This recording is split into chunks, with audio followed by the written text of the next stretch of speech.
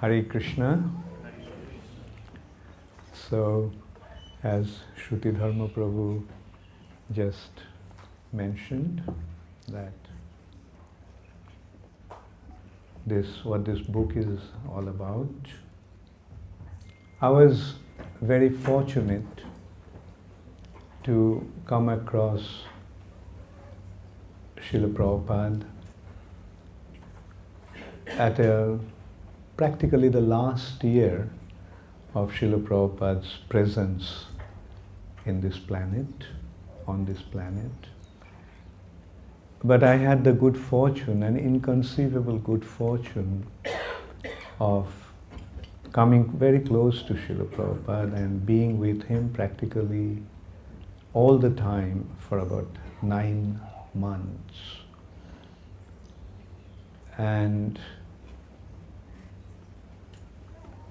well, I naturally consider that to be my inconceivable good fortune and sheer causeless mercy of Srila Prabhupada. But I never really thought that those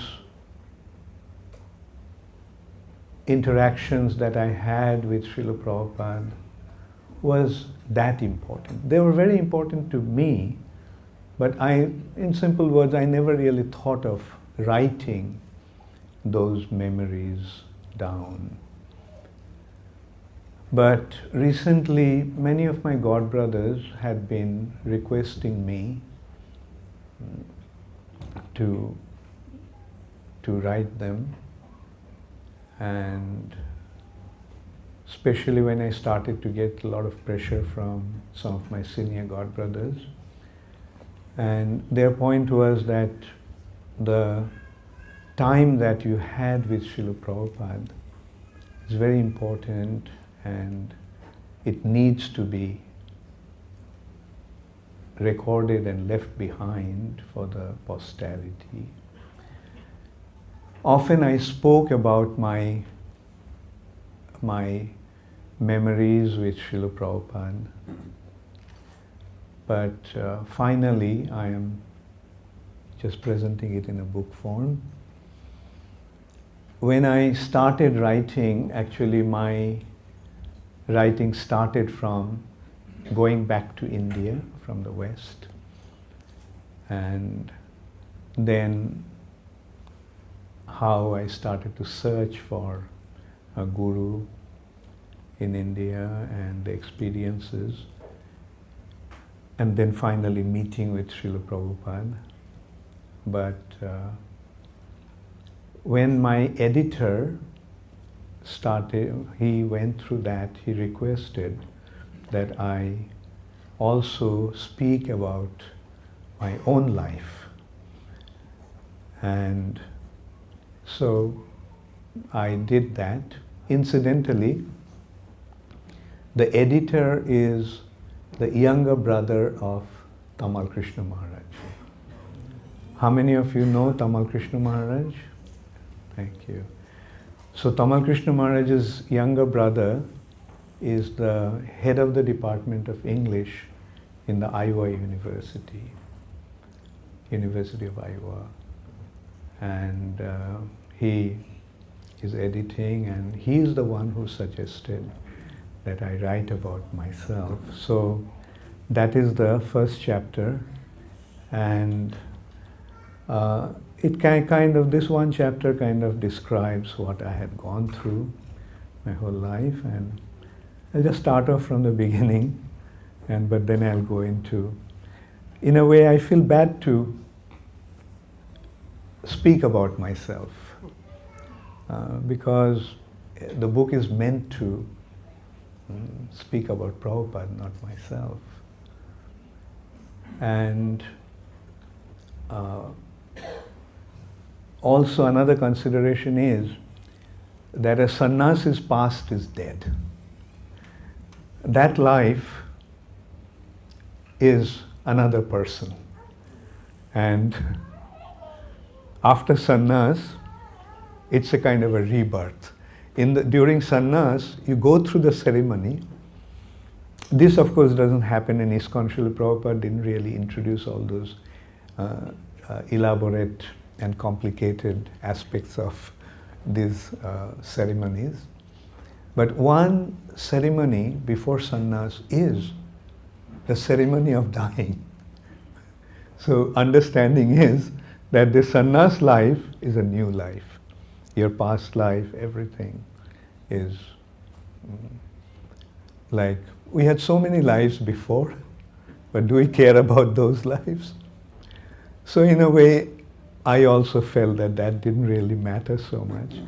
But since he insisted, that I kind of wrote in a few pages, and I was also requested that I start reading from there. I was thinking of skipping the first chapter and starting from the second chapter where my spiritual search began.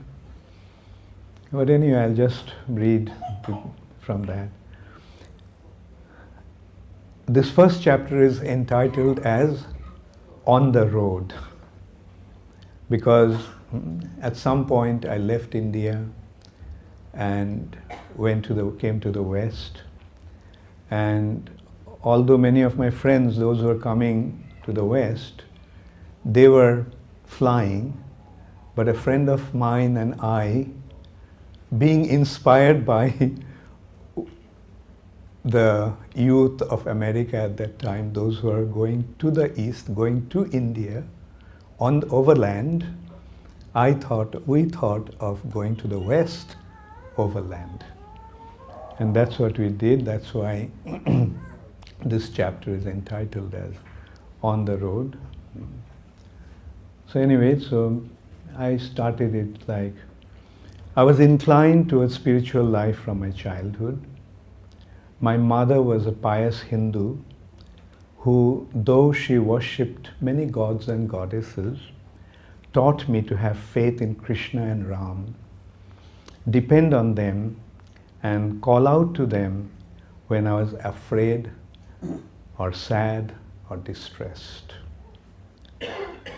My father was educated, progressive, and westernized, with little spiritual interest. He had found success in the pioneering stages of the Indian film industry, and material prosperity was his main concern.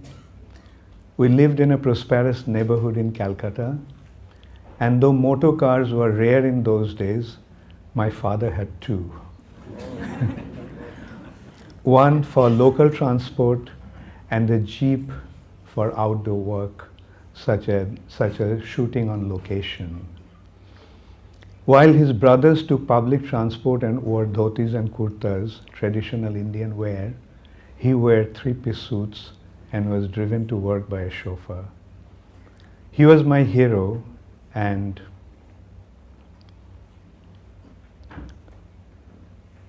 I was proud of him.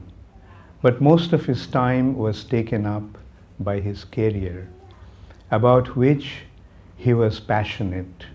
He worked late, and I saw him little. When I was 7, my mother contracted tuberculosis, which was considered to be highly contagious, and as a result of that, we, the children, were sent away. My younger sister to one aunt's house, and my older brother and I were sent to live with my father's elder sister, a widow with 8 children. Her 5 sons and 3 daughters were all grown up, so she showered me with affection. She was a vegetarian and an excellent cook who loved to serve others.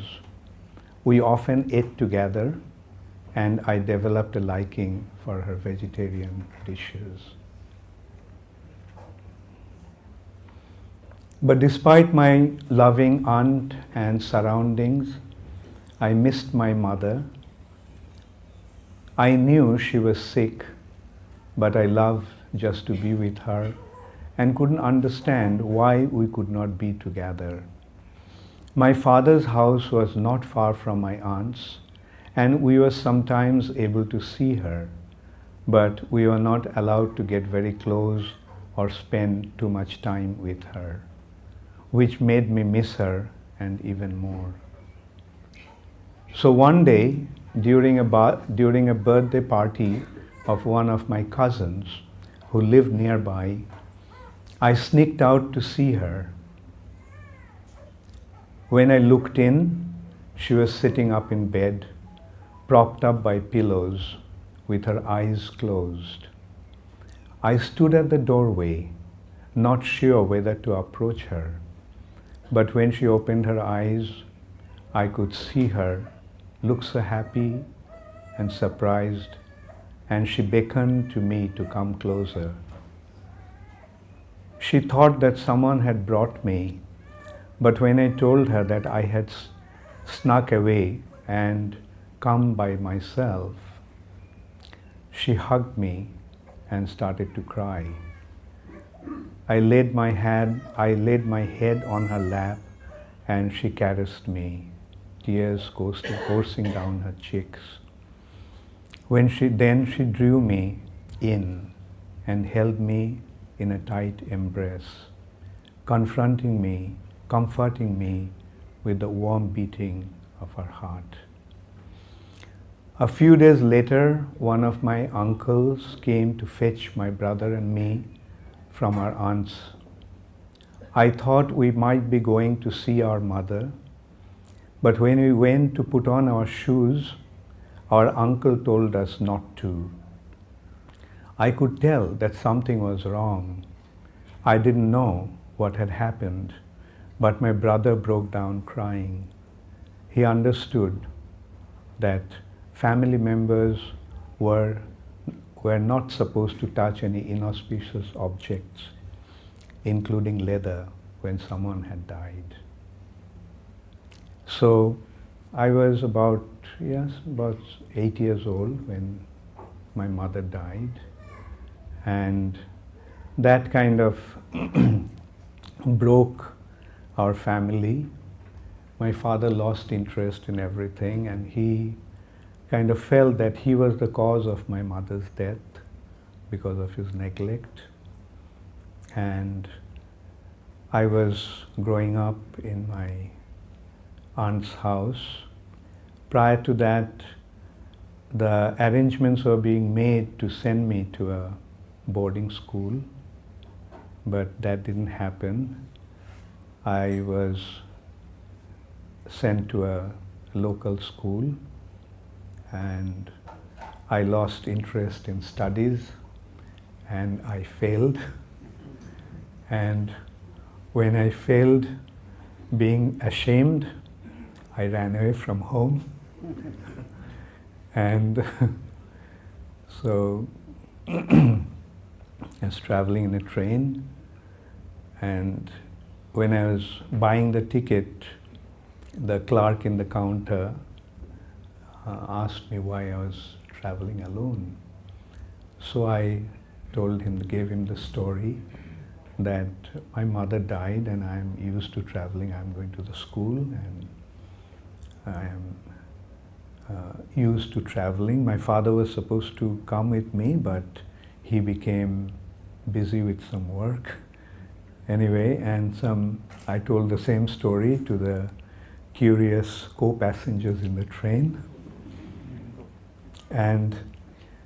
But I think some of the passengers suspected something, and when the train stopped in one of the stations, he reported to the police. And so then they woke me up. I was sleeping actually. They woke me up and I saw quite a few people standing around me, and there was a policeman. So I couldn't lie to the policeman. I knew that you should never lie to a policeman. So I told him what actually happened. So the police officer took me to his office and he called my father. And then he took me to his house and I spent the day there. His wife was very kind. But I just stayed in the room and didn't go out. Then that evening, my father came and took me back. And so after that, I was sent to another uncle's house in Tripura, which is the eastern, beyond Bangladesh, next to us, between Assam and Bangladesh, surrounded by Bangladesh actually. And there one of my uncle was there. He was a businessman trading with jute. He used to supply jute from there to Calcutta. And I had 3 younger brothers there. And so I just spent my few years there completing my school. Anyway, I can probably read that part. After the officer explained the situation to my father, he took me to his home nearby, where his wife fed me and put me to sleep. I stayed the next day as well, almost entirely in bed. They were nice, but alone in the room, I felt like a criminal who had been arrested. That night, my father came to take me back to my aunt's. There he sat with me, and we had the longest talk I could remember having with him. He told me how much he loved me and how much confidence he had in me. No matter what I had done, he said, he knew that I was a good boy and would never do anything really bad. My mother, he had loved me, he assured me. She still did. Then he sat silently as I cried out the agony of separation. So I was sent to a place, a small town called Khwai. Khwai was a quiet little town on the bank of a river, surrounded by mountains. People knew each other and seemed to lead simple, happy lives. Unlike his brothers, my uncle had chosen business over education, and he had become quite successful, supplying jute to the mills in Calcutta. Everyone in the town treated him with affectionate respect. Initially, I felt that I was being sent to Khwai as punishment for my crime of running away. But my experience in Khwai soon relieved me of such misgivings. I had come from a big city, and the local people treated me with some admiration. More important, my uncle and aunt accepted me as if I was their son. And I was like a big brother to their 3 small children. My aunt even told me that when for a long time she had not been able to have a child, she had requested my mother to give me to her, and now the Lord had fulfilled her dreams. So I began to settle into this life there. So anyway, that's how I went to that place. My strongest subject was English. Most educated Indians, or at least most those I knew, believed the saying, West is the best. Although Britain's rule had ended in 1947, 2 years after my birth, the culture was still prevalent. As one of my teachers told us, quote, if you want to learn English, you have to read in English, speak in English, think in English, even dream in English. And I worked diligently to follow his instruction.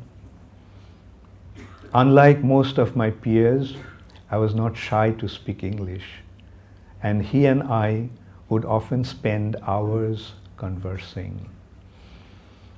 My favorite instructor, Nirod Babu, had been a freedom fighter who was imprisoned and brutally tortured by the British. I was told that they had damaged a vein that supplied blood to his brain, and that as a result, he had lost his mental stamina. He would often become exhausted and sit in pain, holding his head in his hands. But when he was able to teach, he was brilliant. It was such a contrast. He had been a freedom fighter trying to free India from the British rule and hated the British, but he loved their language. I love literature and was fascinated by authors' wordplay and stories. We read works by not only English authors, but also many Russian and Europeans, such as Tolstoy, Dostoevsky, and Dumas. Their influence was so strong that although I appreciated Indian authors, I naively presumed that their writings had been influenced by their Western predecessors and counterparts. So then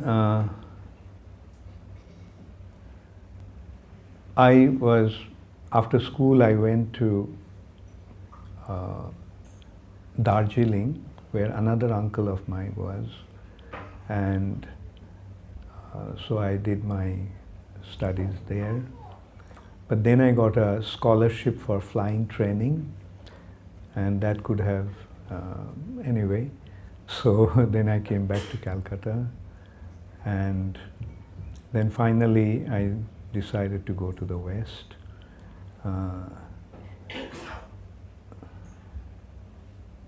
Okay, I can just read some. Those days, many young people from Europe and America were traveling overland to East in search of spiritual life. Like many of our friends, Proshun and I had read and been influenced by Jack Kerouac's On the Road. So we had the idea. Jack Kerouac, I don't know whether you have read, like he was like the counterculture author, and he wrote about being on the road. And so we read the book and we got inspired. So Proshun was a friend of mine, and so him and I decided to go to the West overland. So we had the idea that instead of flying to Europe, we would travel the roads hitchhiking.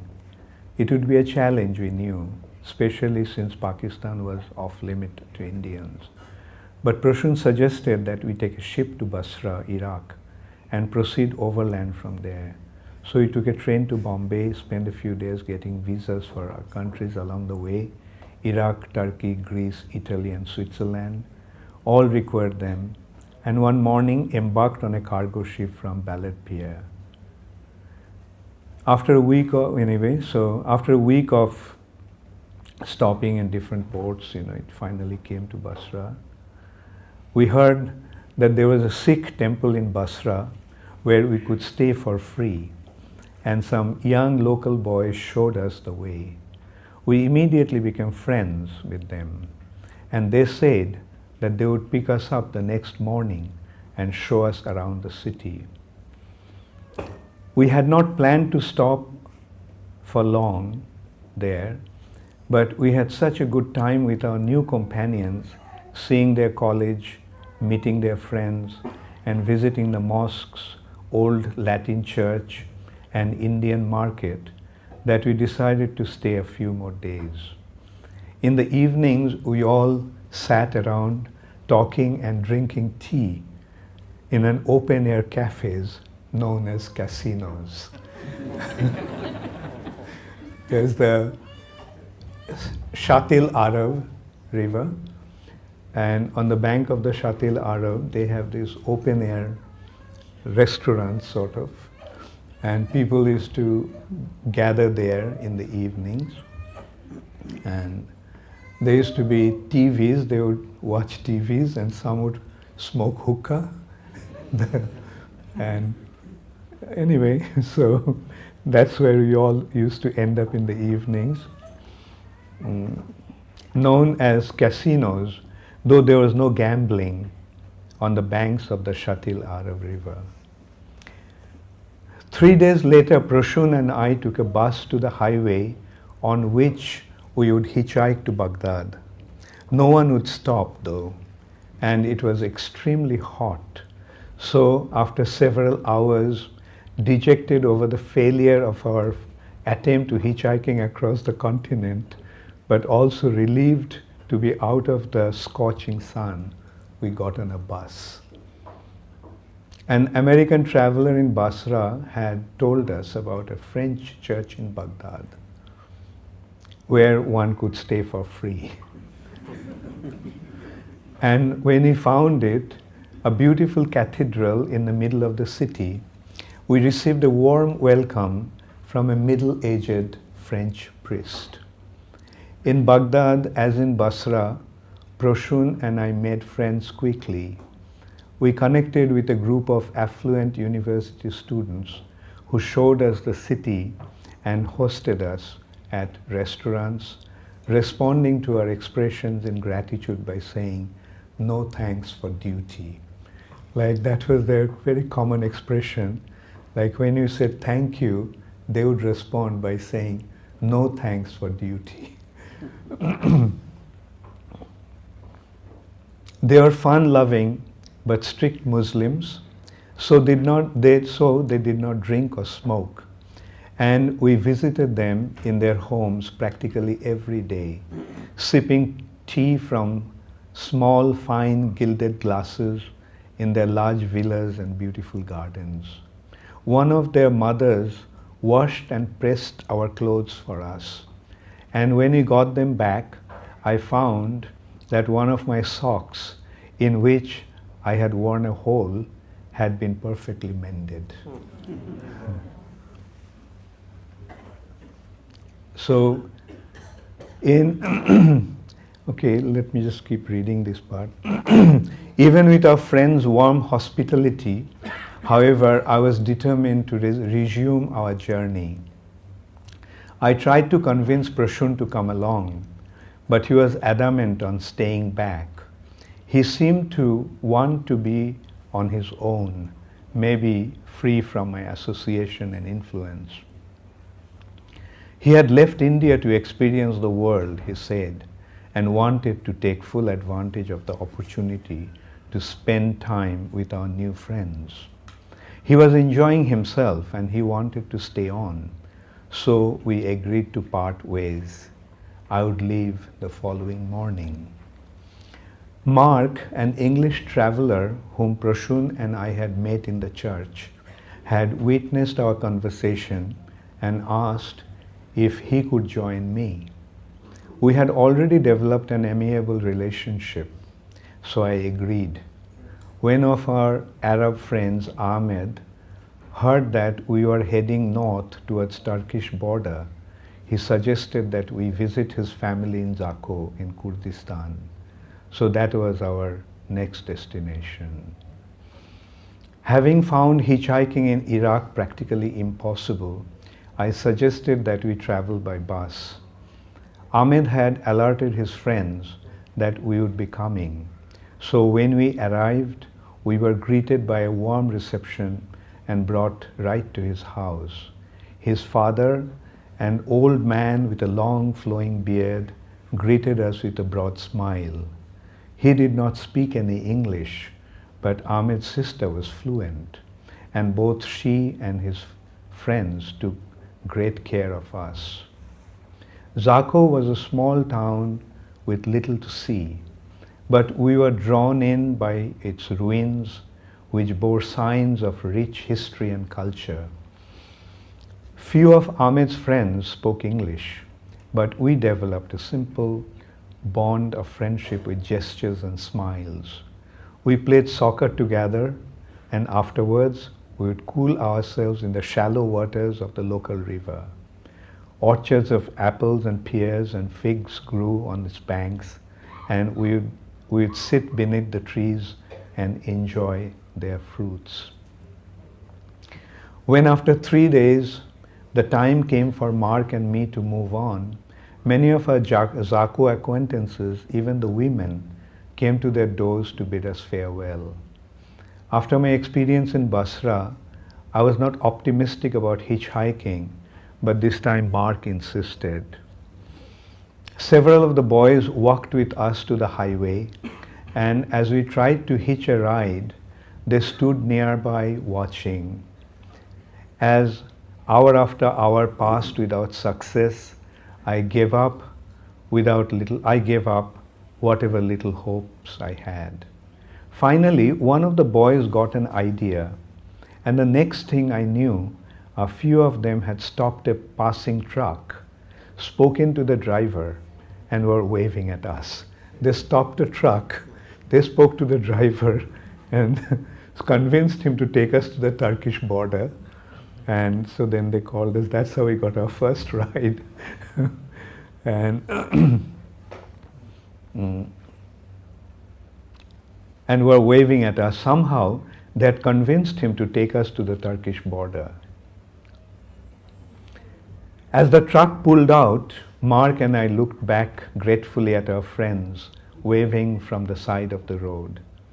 The driver spoke a few words of English, just enough for us to carry on a friendly conversation. He was going into Turkey to Diyarbakir, he said, and would take us there. When we reached the outskirts of the city, Mark suggested that we not enter, but stay on the road. It was already quite late, so we decided to spend the night on the roadside. I had never slept out in the open, and it was a wonderful feeling to rest on the bare ground under the star-studded sky.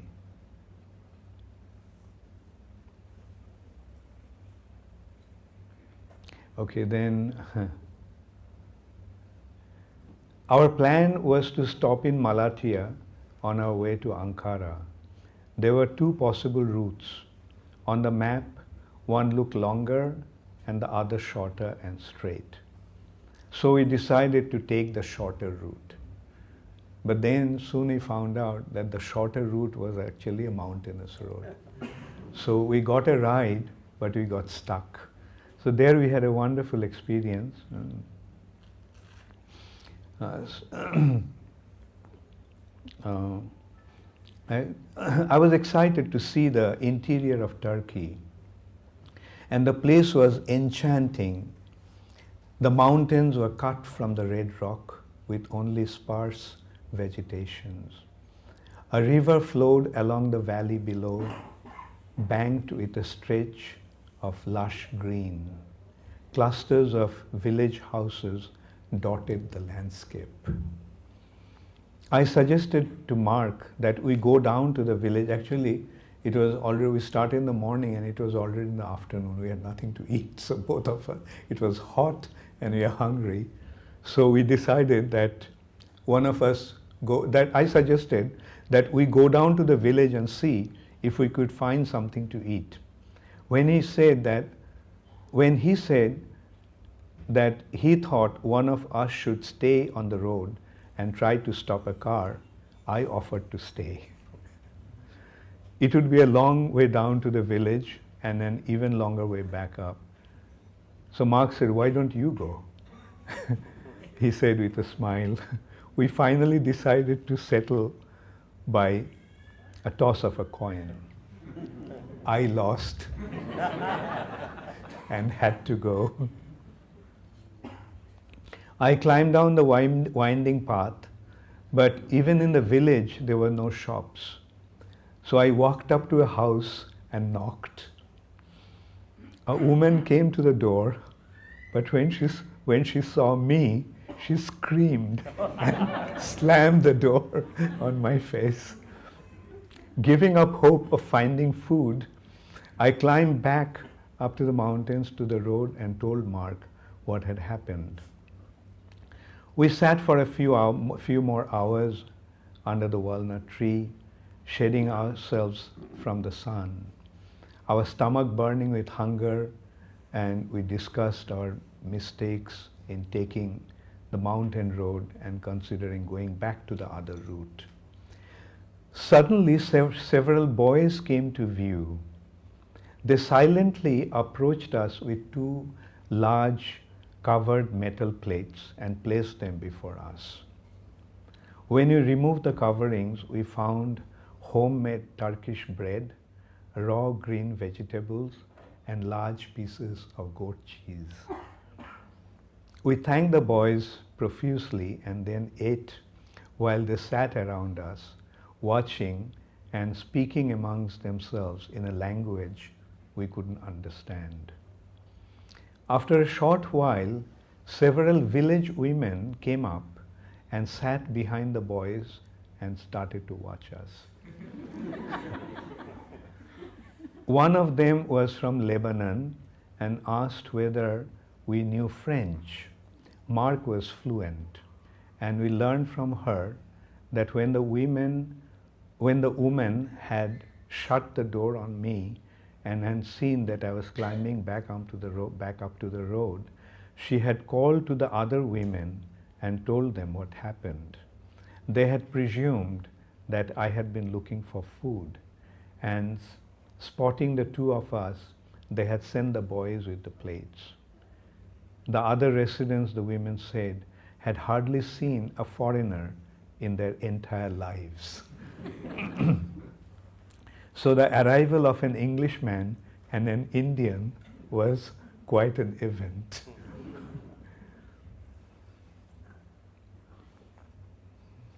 So these were a wonderful experience. Okay, then we, near Ankara, we met 3 English boys from York University traveling in an old station wagon, and they picked us up. And we had a ride all the way to Istanbul. Istanbul's Sultan Ahmet, near the Blue Mosque, did not look like Turkey. It was full of young Americans and Europeans. Their alternative hippie lifestyle were new to me, but most were quite broad-minded, and we made many friends. The dormitory-style hotel was so cheap that we could afford to stay for a while, and we made many friends, including a young American, Larry Baker. Every morning, Mark, Larry, and I would go for breakfast at the pudding shop, a restaurant popular among young travelers, where we spent a good deal of our time. The food was delicious and cheap, but the most interesting feature for me was the atmosphere.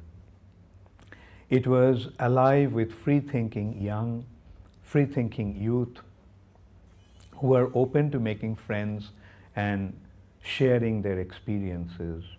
Some of them had been in Istanbul for months, living day by day, playing music, and just hanging out. We roamed the city, visited historic sites, and just sat and chatted on the banks of the river. One morning, Mark suggested that we go to Topkapi. Anyway, that is the palace, and we visit. Mark and I stayed in Istanbul for a full week. The day before we were going to leave, we were sitting in a park with Larry when 2 young men approached us and asked if we would like to smoke some hashish. Neither Mark nor I were interested, but Larry left with them.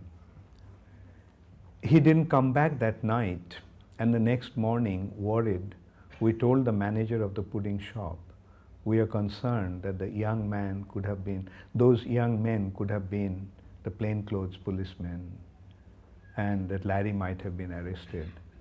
The manager told us not to worry. If anything, even if there were police, they would just frame Larry to get a bribe. Drugs were not a big deal in Turkey unless you are caught with smuggling large quantities. Larry didn't return that morning, but reassured by the manager, we posted 2 notes on the pudding shop's notice board, one for Larry and one for Prashun, and left for Greece. Like many Indian boys, I had been enchanted by Alexander the Great. My brother had told me the story of Alexander and the massive legendary horse, Bucephalus.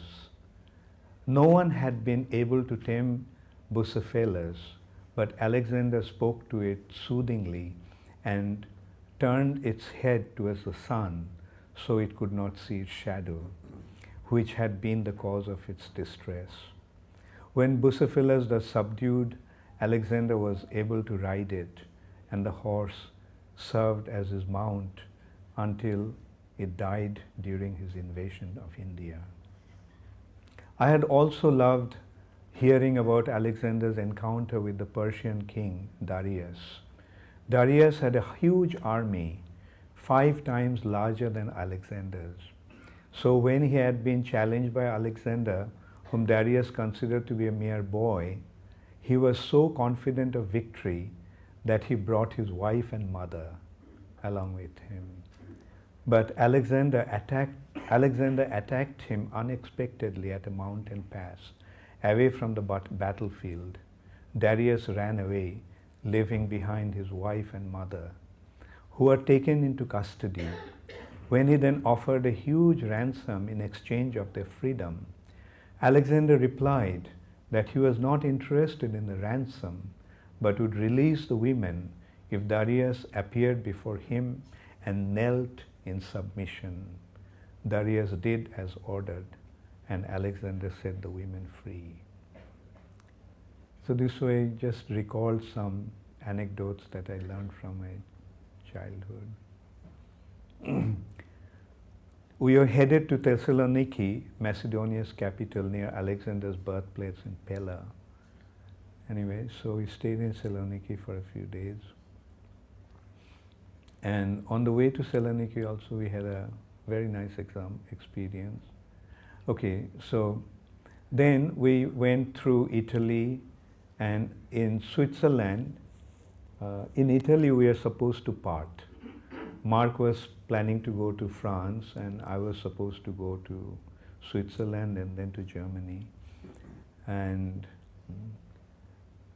at that point, Mark was supposed to head back to England, and I would continue into Germany. But he changed his mind and decided to visit a friend in Dijon, France. I was already feeling sad at the thought of our parting ways. So when Mark proposed that I accompany him, I agreed, and thanks to his pleading at the border, I was able to get an emergency 3-day visa to enter France. Like, I didn't have a French visa, but Mark pleaded and they gave me the visa. Mark's friend Pierre was in Dijon studying at the university and shared an apartment with a female roommate.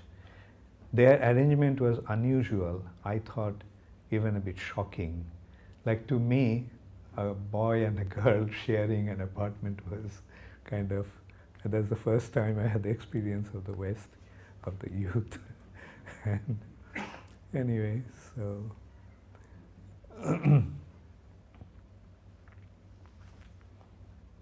so then anyway, I went to Hamburg. One of the first people I befriended in Hamburg was Bill McCabe, an American exchange student from the University of Dayton. In India, I had been a member of the United States Information Service, which had a good library and promoted various aspects of American culture. One of his features was jazz club.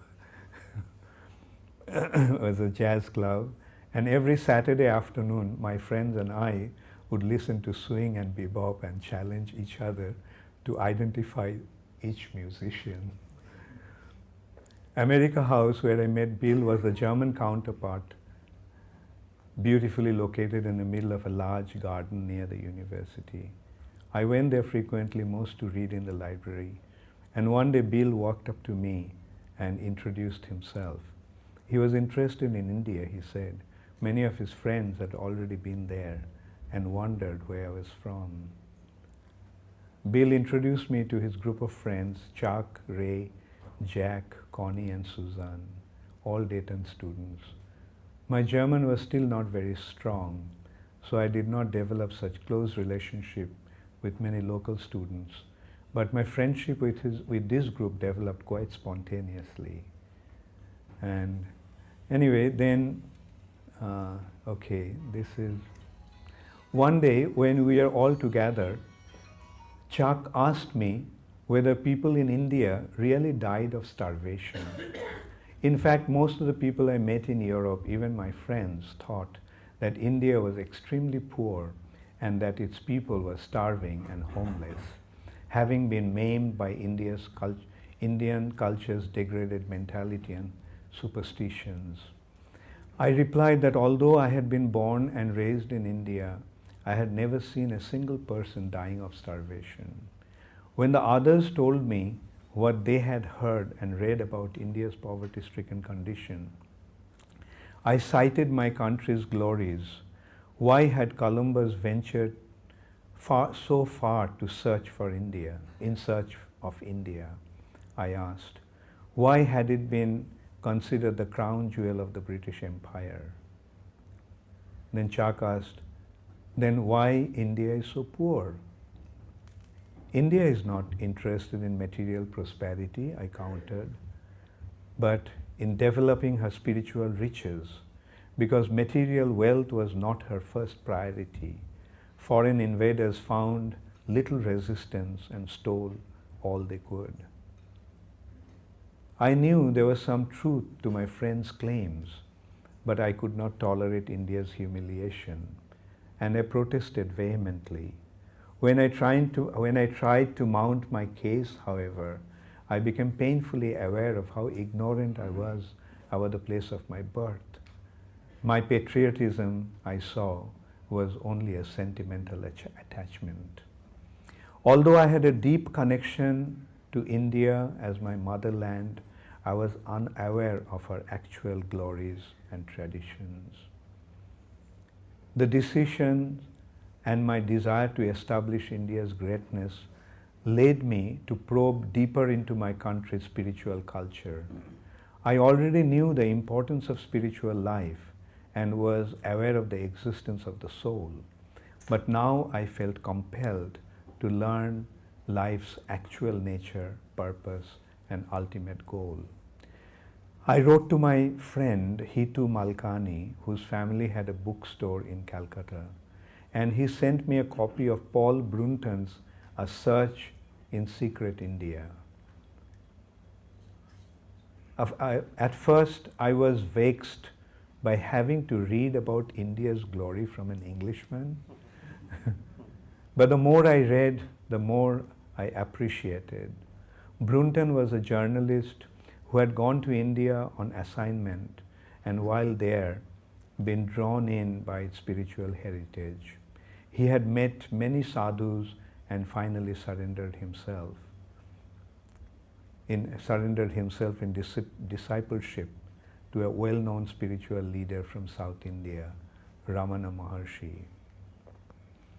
When I asked Malkani for books that described India's spiritual philosophies in greater depth, he sent me a few books by Vivekananda, Patanjali's Yoga Sutra, Dr. Radhakrishnan's Bhagavad Gita, and Paramahansa Yogananda's Autobiography of a Yogi. Anyway, then, so finally, I decided to go back to India. So, anyway, so that leads us to the next chapter. When I landed in Delhi, I went straight to Haridwar, one of the holiest places in India at the foothills of the Himalayas on the bank of the Ganges. I had been fascinated with the place since childhood. My grandmother had gone there for Kumbh Mela, the great spiritual festival, and had returned with captivating stories about her pilgrimage. My first evening, I went down to the river Ghats, where I joined thousands of pilgrims in grand worship, offering lamps to Mother Ganga. I was already thrilled to be back in India, and I was elated by the display of spiritual conviction.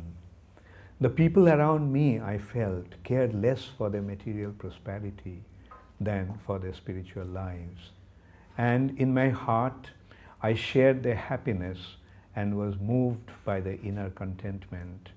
I walked through the crowd without speaking with anyone, just smiling at those around me and receiving their smiles in return. Before dawn the next morning, I went down to the Ganges to bathe. It was cold, and I was shivering even before I entered the water. When I submerged myself, however, my whole body felt rejuvenated, warm and clear and light, as if I could fly, and an incredible joy suffused my entire being. I do not know for how long I stood there half submerged in bliss. When I came back to myself, I sat on the bank and let my thoughts flow with the river's current. Okay, then.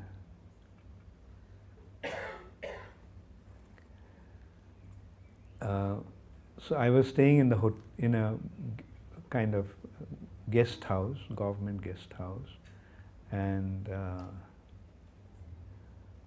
when I returned to the lodge where I was staying, I heard a beautiful recitation of Sanskrit mantras reverberating from the room next door.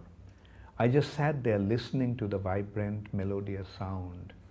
My neighbors, it turned out, were a South Indian family of 4, a man, his wife, and their 2 children. Mr. Subramaniam, a government official, brought his family to holy places of pilgrimage during his vacations. He invited me to their room to talk, and the children, 2 sons, aged 9 and 6, instead listened with great attention, respectful and well behaved. Through that family, I was able to have another glimpse of the glories of India. Although quite a high-ranking government officer, Mr. Subramaniam wanted only to visit holy places. He had little interest in material achievements, but put a premium on spiritual life and development. Most impressive was the way he was bringing up his children. This, I saw, was an important part of India's spiritual heritage, alive and well in contemporary family life. So from Haridwar, I went upstream to Rishikesh, which was quieter, more natural and less commercial, with many yoga ashrams and spiritual seekers from around the world. Sadhus gathered on the banks of the river, some stark naked, others in just a loincloth.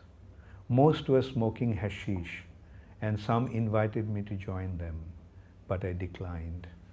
In the West, many of my friends have smoked hashish, and I have seen how stupid they became when they did. With the activities of their brains subdued, the activities of their hearts became prominent, giving them a feeling of ecstasy.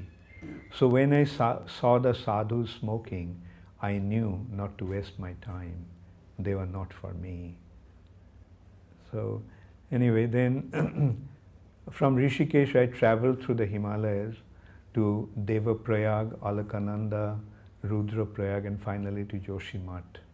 I wanted to continue to Badrinath, but winter was approaching and the road had been closed.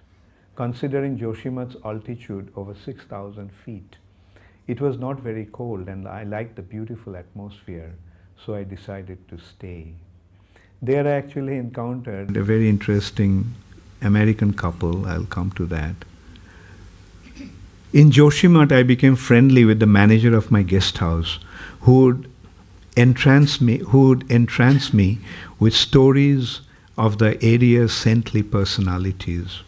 One day he told me about an American couple who were living high up in the mountains. They had been there meditating for at least 2 years, only rarely coming down from their retreat. I wanted to meet them, I said, but he told me that they did not meet anyone. If anyone approached, they would chase them away. Still, I insisted they probably would not mind meeting me, since I was a seeker too, and could benefit from their experience. They had a close connection with a doctor, the manager said. He sometimes visited the couple. Maybe he could help me to meet them. Dr. Lal turned out to be a middle-aged, respectable-looking gentleman. When I asked him about the American couple, he told me that they were named Lawrence and Colette and were from California. They were serious in their practice and had found the area to be conducive for meditation. They had arranged for money to be sent to him periodically from America, and he supplied them weekly with provisions. Generally, he sent the supplies through his servant, but if I wanted, he would take me there himself.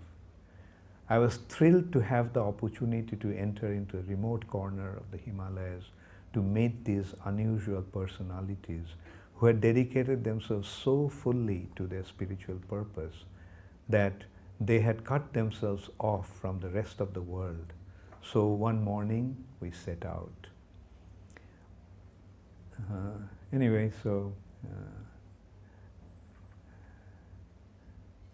The place was exquisitely beautiful. I could understand why the couple had selected it for their meditation to achieve the goal of life.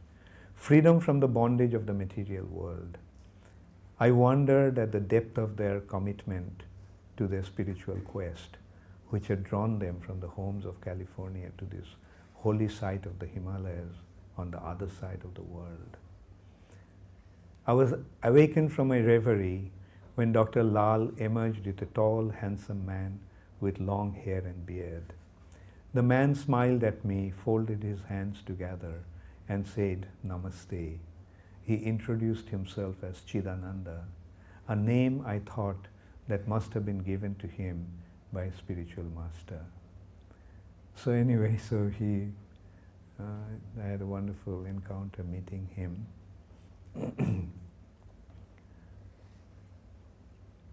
So,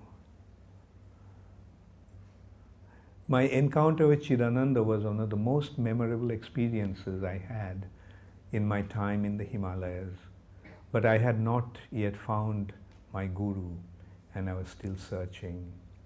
Next, I descended to the Gangetic Plains. I stayed at many ashrams and monasteries and associated with many spiritual practitioners.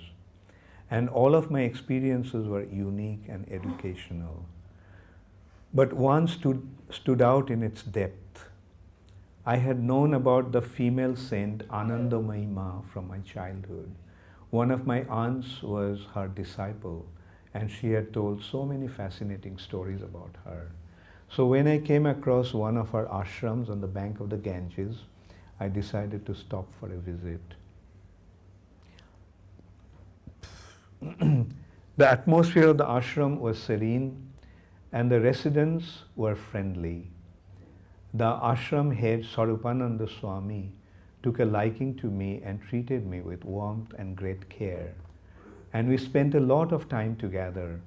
Seeing my sincere search for a guru and inclination towards spiritual life, he considered me to be a ripe candidate for discipleship and decided to take me to Anandamayi, who was in Benares at that time.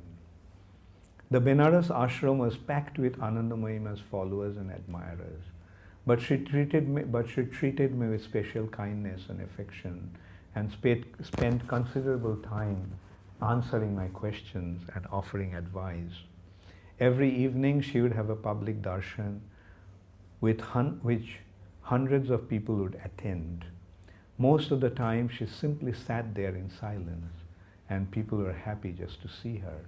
Senior disciples would speak about her glories and discourse on various spiritual topics.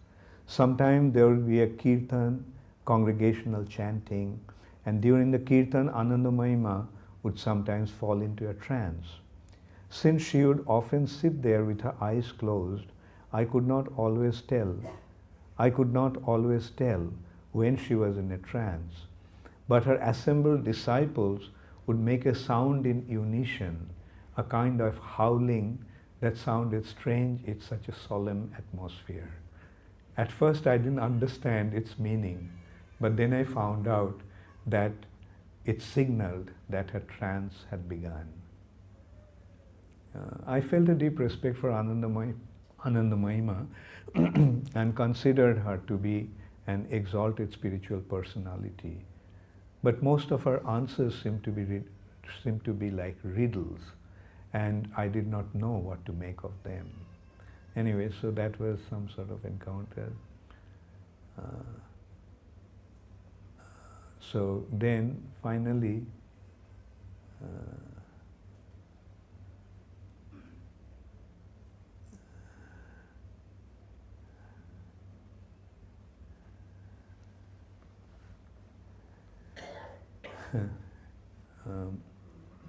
I like Swarupananda Swami, and on top of everything, I had developed a deep appreciation for Anandamayi.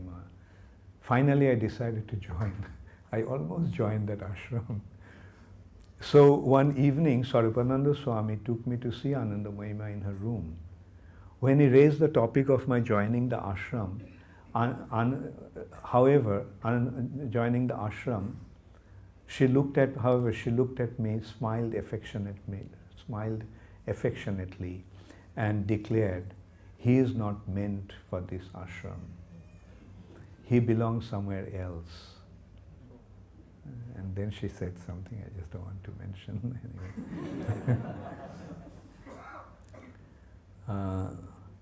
Her statement hit me like a bolt from the blue. I was amazed by her prophecy, but I was also disappointed by her rejection. I wanted to beg her to let me join and eventually become her disciple, but my pride would not allow it. Swarupananda Swami sympathized with me and told me afterwards that although Ma had spoken like that, I could continue to stay in the ashram, but almost as soon as she had spoken, I had decided to move on. She was not my guru, I realized. I had to continue my search. So then I went back to Calcutta, and so there a friend of mine, this period in Calcutta was among the most difficult of my life. I could neither adjust myself in the world around me nor step into spiritual life for which I was so earnestly yearned.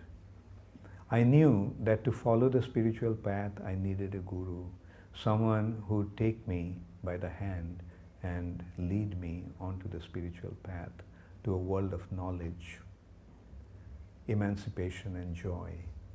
But I had not been able to find him, and now I was waiting. The incident with Anandamayi had given me the hope. If I had a guru, I felt he would reveal himself to me.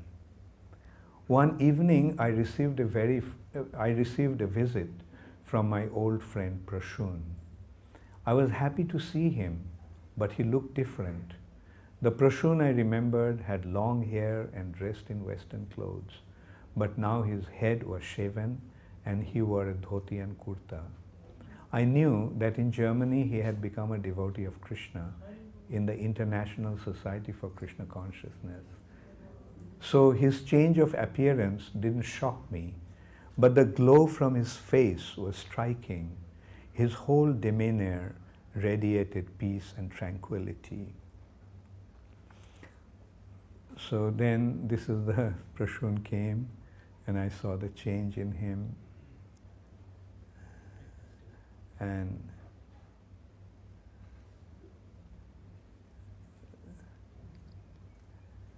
So when I heard that Prashun had joined ISKCON, I did not think he was serious.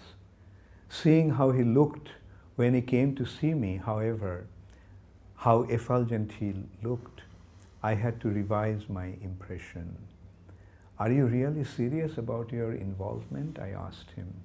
He answered with a gentle smile, "Yes," he told me how he had joined ISKCON in Berlin after reading a book by its founder Acharya A.C. Bhaktivedanta Swami Prabhupada, Sri Ishopanishad. Now he had returned to help Krishna consciousness movement in India and was serving as the vice president of the temple in New Delhi. He invited me to go to Delhi, but I remained non-committal. He did not try to persuade me or preach to me, but just spoke and enjoyed each other's association. I was impressed with the life Prashun was leading, abstaining from meat eating, intoxication, illicit sex and gambling. But what impressed me the most was his love and respect for Srila Prabhupada. When Prashun spoke about him, his eyes lit up and his face radiated with joy. I thought his attachment might be merely sentimental, but I was impressed nonetheless. So then Prashun actually took me to their temple and I met the devotees. And there, one day I got the nectar of devotion.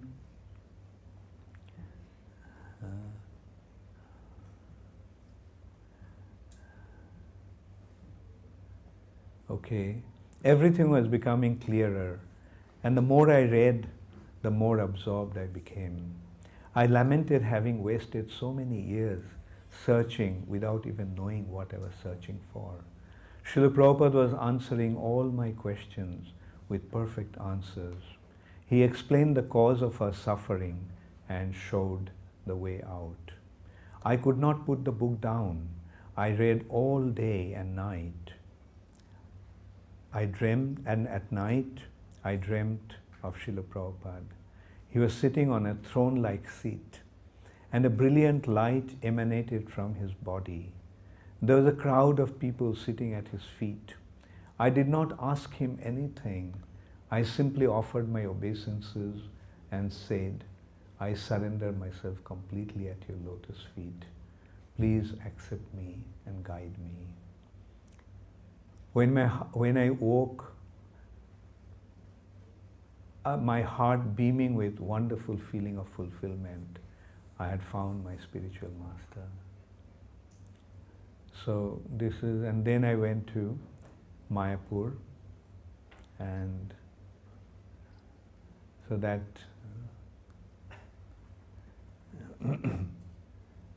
so the devotees were very friendly and invited me to stay there, and they were all requesting me to join, to stay there and become a devotee or at least give it a try.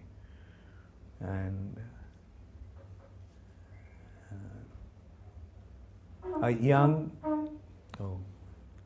so I think I'll stop now. The Arati will. So how do you feel about this?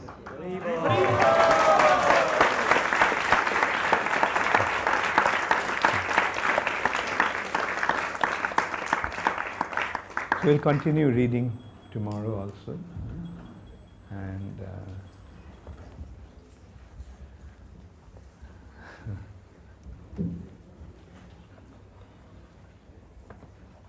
Jai Shri Shri Radha Gokulananda ki Jai Shri Shri Sitaram Lakshman Hanuman ki Jai Shri Shri Gaur Nitai ki